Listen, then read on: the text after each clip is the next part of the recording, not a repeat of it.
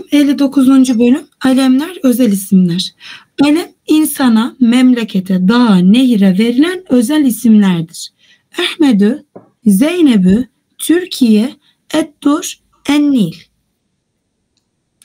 Alemler lafız yapılışları bakımından ikiye ayrılır. Müfret alem, mürekkep alem. Müfret alem terkip olmaksızın tek bir isimden oluşur. Kamilün, Mahmudün, Nebilün. Mürekkep alem üçe ayrılır. Mürekkep izafi, mürekkep mezci, mürekkep isnadi. Mürekkep izafi olan alem mürekkep izafi olan alem, izafet terkibi olan alem özel isimlerdir. Abdullah, Nurettin, İbn Zübeyir. Yani iki isimden bir isim terkip olmuş ha. Yani birleşik isimdir ha. Değil mi? Ha.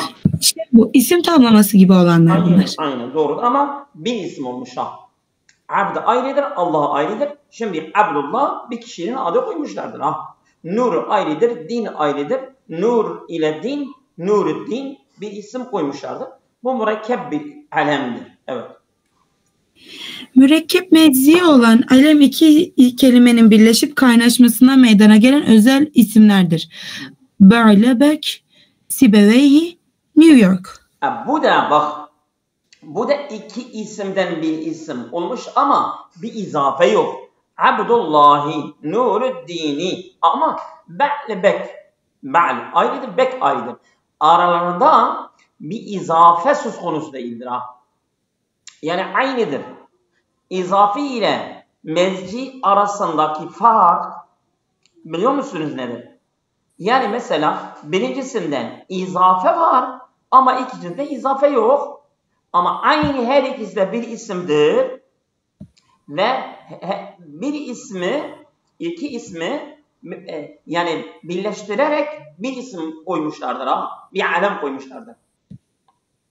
Ama birincisinin arasında izafe var, ikincisinin arasında izafe yok. Mesela Abdullahi burada izafe var ama Ba'lebek burada izafe yok.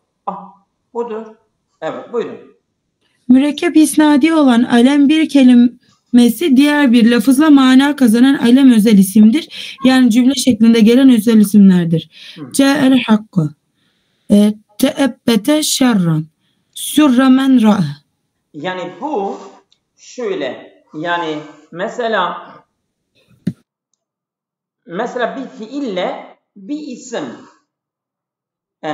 yani mesela bir şey, bir işi, bir işle meşhur olmuşsa ne diyorlar?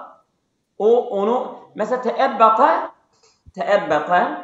yani ehâze şey'e tehte ibtihi, yani kolun şeyine, tamam mı? Arasına bir şey koydu. Kolunun mesela şeyine arasına bir şey koydu. Mesela bir insan hep böyle savaş olduğunda kılıcını alıp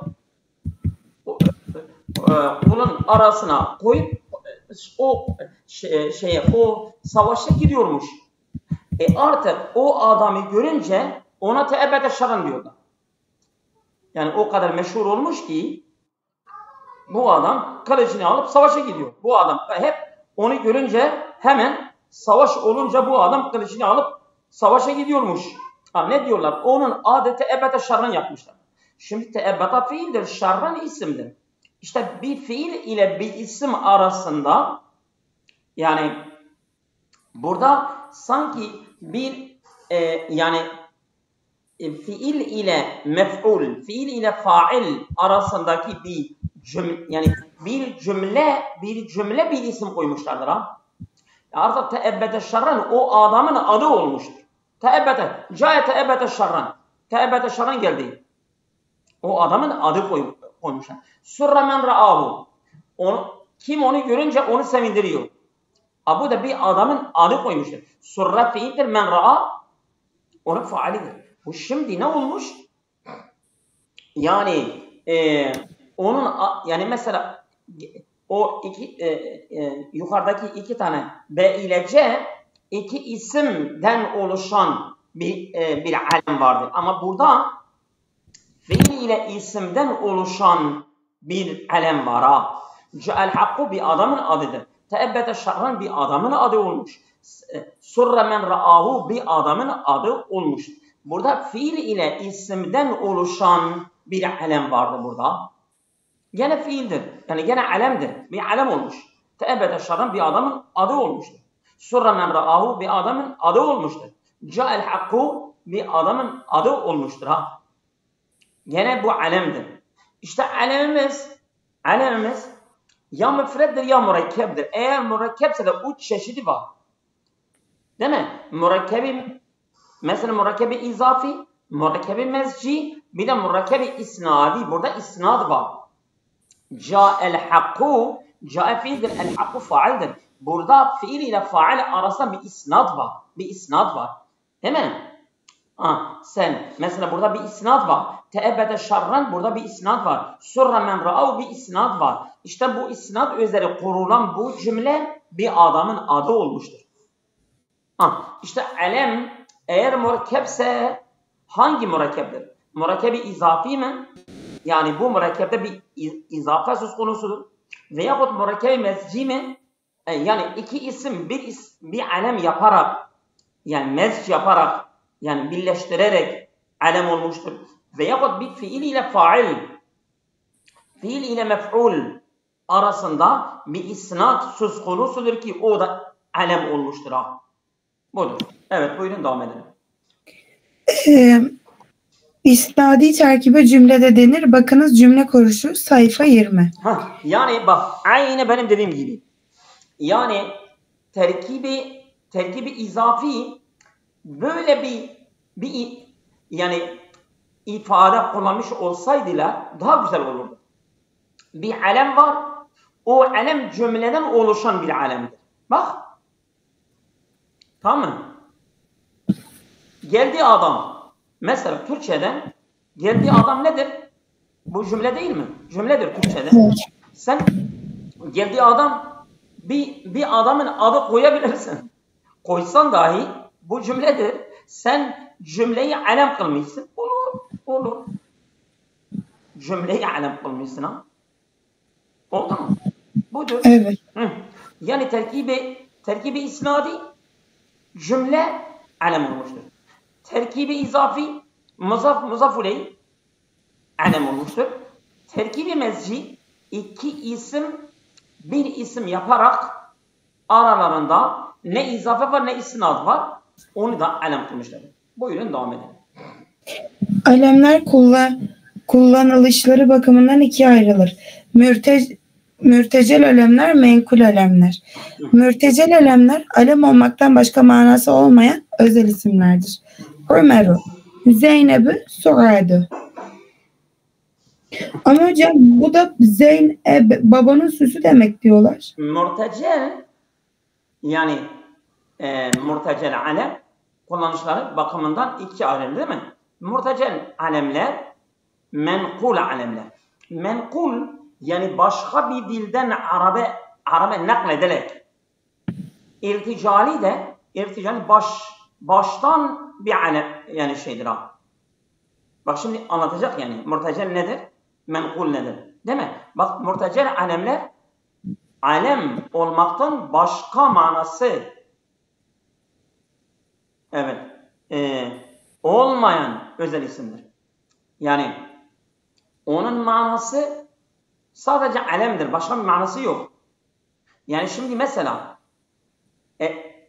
Zeynep'u desek Zeynep'u bunun manası nedir? Sadece alemdir. Ama Yahya desen Yahya'nın Hayye yaşadı yaşıyor. Bak onun ayrı bir manası da var.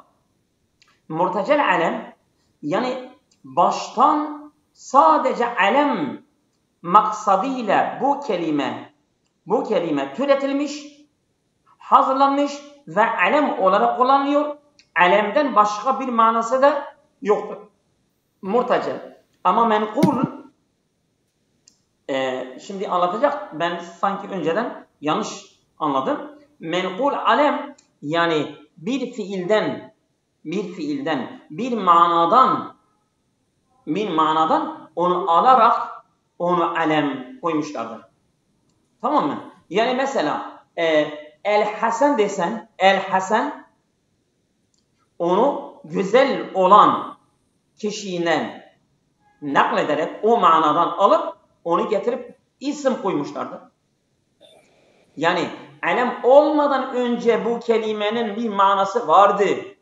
Ama Zeynep'in kelimesi alem olmadan önce onun bir manası yoktu.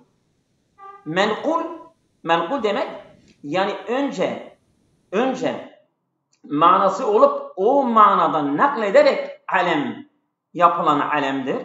Ama murtecel, irticali baştan hiç manası yok. Sadece bu alem olarak kullanılmış bir isimdir. Evet, buyurun devam edelim. Cins isim menkul elemler önce başka bir yerde cins isim, mastar, sıfat veya fiil olarak kullanılıp sonra özel isime nakledilmiş olarak kullanılan alemler. Cins isim ismi ayn'den alınmış menkul olan isimler.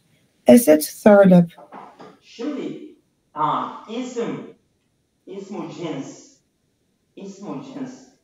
Yani sen mesela aslan desen aslan, değil mi? İnsan desen, insan nedir? İsimdir. İsim değil mi? Ama bir cinsin ismidir. Bir özelin ismi değildir. Mesela Zeyd'in özel isimdir. Ama insanın cins isimdir. Yani hem Zeyd'in hem insanın bir kişiye diyebilirsin. Ama insan özel değildir. Nasıl? Mesela Zeyd'in bir adama diyorsun. O Zeyd insandır, doğrudur. Ama o nasıl insansa Amr'ın da insandır, Bekir'in de insandır vesaire. Bu insan onun gibi insan olanların hepsinin ortak adıdır. Cins mesela imraet, değil mi? Racul. Bunlar cins isimlerdir. Cins isim özel isim değil. Özel isim alemdir. Ama ismu cins yani amdır. Yani mesela özel ismin altında tek bir kişi var. Ama cins ismin altında bir sürü fertler var. Oldu mu? Buyurun. Mastar ismi manadan alınmış menkul olan isimler. Fadlun, Sa'dun. İşte bunlar da olabilir. Yani mesela eskiden mastardı. Onun mastardan alıp isim yapmışlardır. Olur.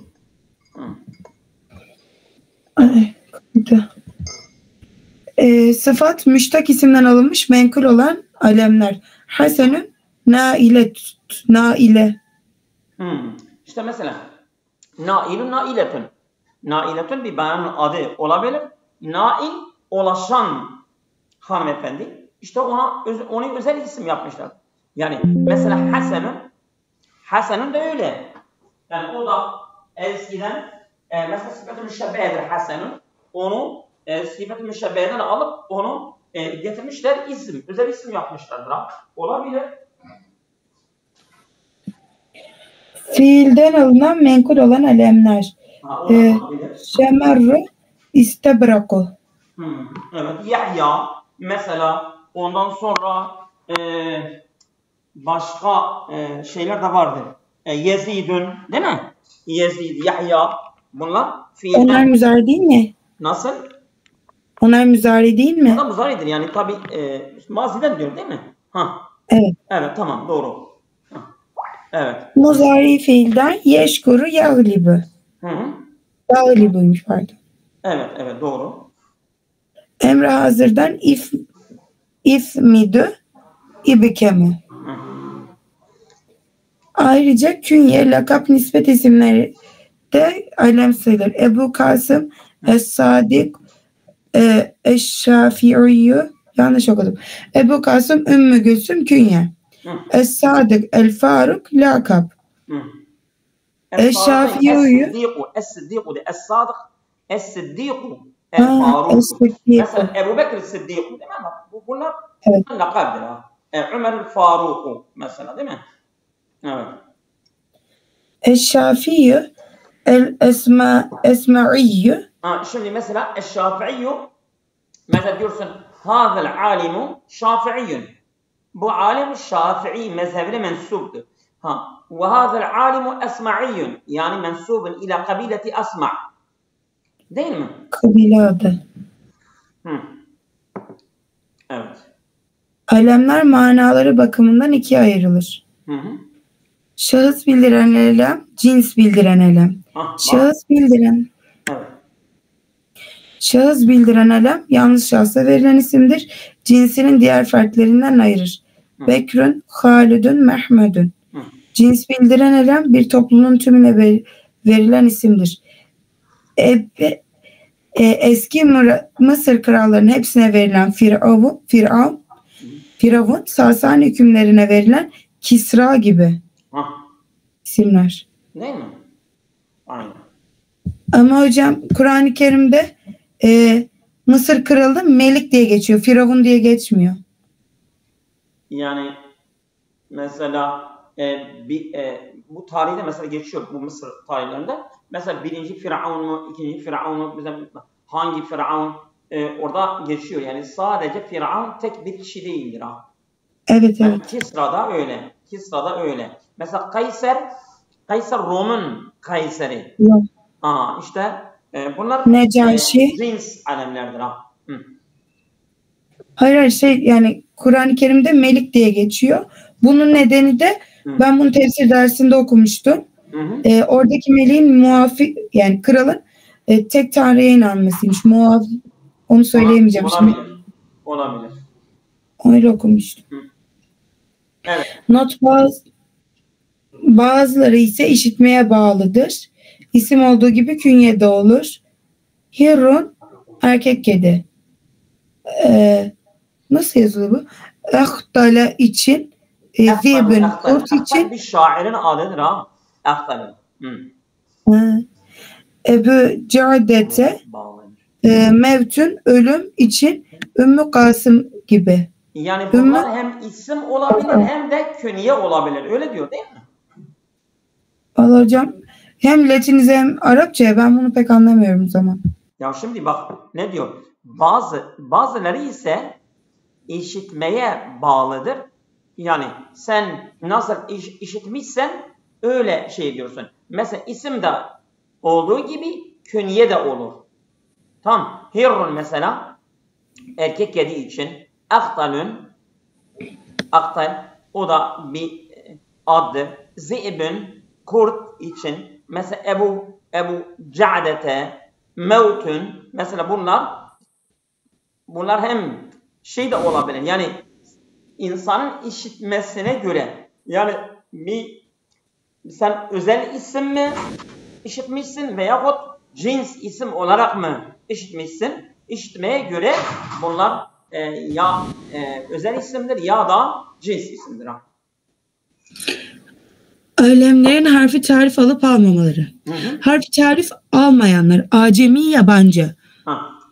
Yusuf, İbrahim, London. İzafet terkibi olanlar. Abdullah, Nurettin, İbni Zübeyir. Meczi terkip olanlar. Berlebek, Sibebeyhi, New York. Evet. İsnadi terkip cümle olanlar. Teebbete şerran, cadel hakkı. Harfi tarif alanlar.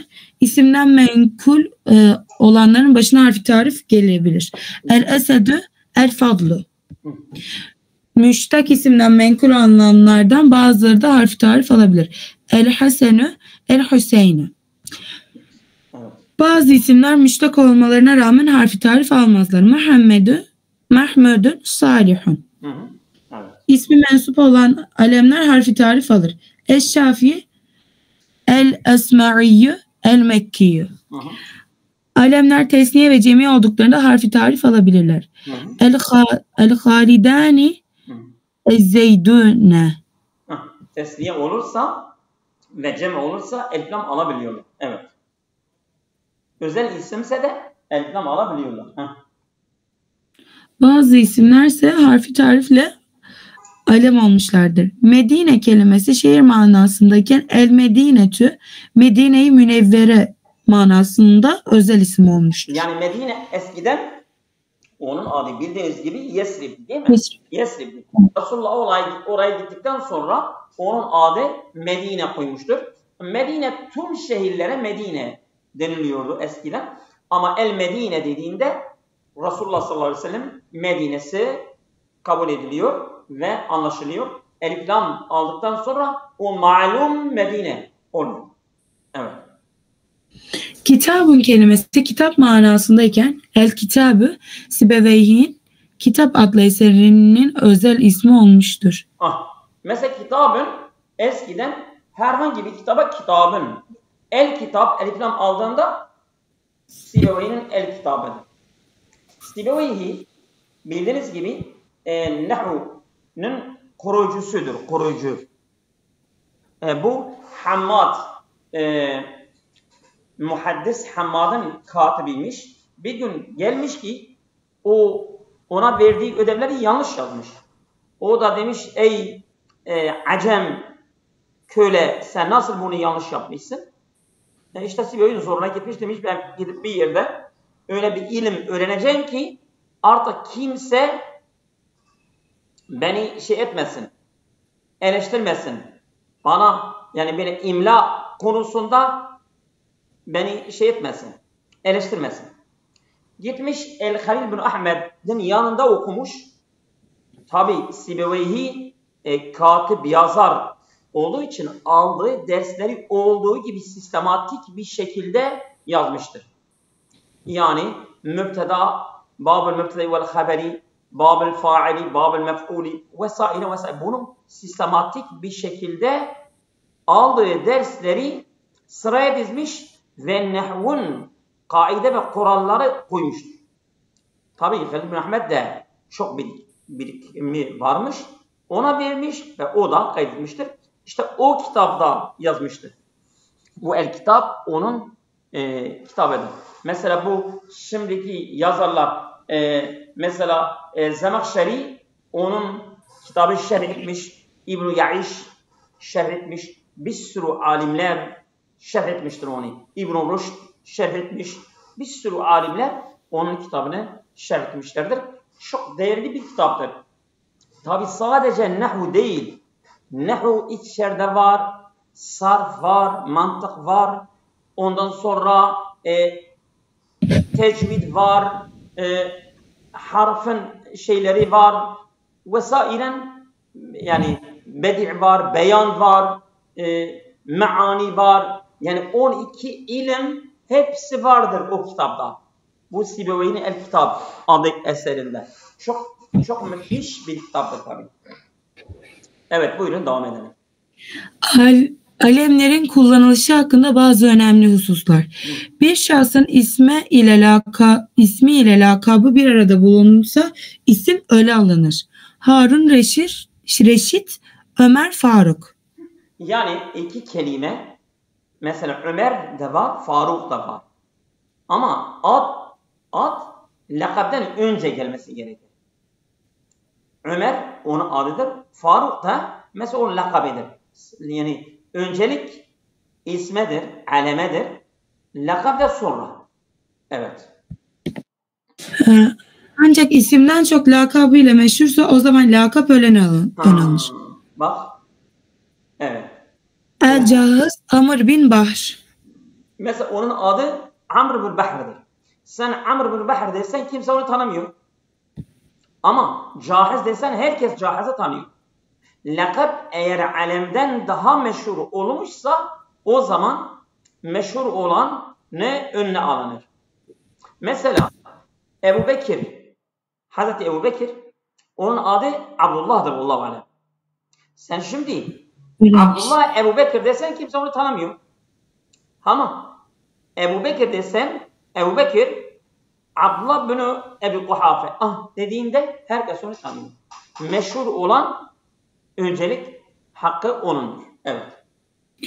Künyede ise bir tertip olmamasına rağmen künye zata delalet ettiği için öne alınması daha yaygındır. Ebu'l-Kasım Muhammed Aleyhisselam. İşte lakab sonra, künye önce. Künye de zatı ifade ettiği için künye önce gelir. Yani mesela lakab sıfat gibidir. Sıfat mevsuftan önce gelir. Ama künye öyle değildir. Künye direkt sıfat değil, zatı ifade ettiği için önüne alıyor. Evet. Nispet ismi ise umumiyetle isimden sonra gelir. Nispet. O mensubiyet var ya, ismi mensup. Onu demek istiyorum. Evet. Evet. Sabit okuyacağım. Sabit ne Evsin el-Ezidi. Ezdi değil. Ezdi. Ez kabilesi var. Araplar arasında Ez kabilesi var. Yani Evs oğlu Sabit Ezdi'dir. Yani Ez kabilesine mensuptur. İsmi mensup sonra gelmiştir. Evet. Adi İbni Zeydin el-İbadiyyü. İbadi o da kabiledir. Bu İbni Zeyd Adi, o da İbadi'dir. Yani İbad kabilesine mensuptur. Harfi tarif almayan alemler tesniye ve cemi olduklarında harfi tarif alabilirler. Ra'eytü fis-suqil Ömereyne. 2 Ömer'i pazarda gördüm. El-Ömereyn. Bak tesniye olmuş, elflam alıyor. Ama tekil olsaydı elflam almazdı. Ömerun, el-Ömeru denilmiyordu. Ama Ömereyn olduğunda elflam alabiliyor. Müenneslik alameti bulunmayan müzekker alemlerin cemisi cemi müzekkeri salimle cemilenir. Halidun el-Halidune, Ahmedu el-Ahmadune. Elflam alıyorsa cemi olarak cemi müzekkeri salim, yani vavununle yavununle çoğul oluyor. Evet. Müenneslik alameti bulunan müzekker alemler ise cemi müennesi salimle cemilenir. Bak, evet. Talhatu et-talhatu el-muaviyetü el-muaviyatü. Mesela muaviyetün tekildir. Onu çoğul yaparken muaviyetani muaviyatun. Yani o ta'it enis her ne kadar o isim müzekker olsa dahi ta'it enis sonunda olduğu için o da cem-i müennes olarak elif ta ile çoğul yapılıyor. Araplar öyle telaffuz ediyorlar. Evet. Müennes alemler müenneslik alameti bulunsun veya bulunmasın cemi müennesi salimle cemilenirler. Aişetü el-aişatü hindu el-hindatü. Çok güzel. Bitti mi? Evet. Allah kabul etsin. Allah kabul etsin. Biz ikinci dersimize burada bir ara vereceğiz. İkinci dersimizi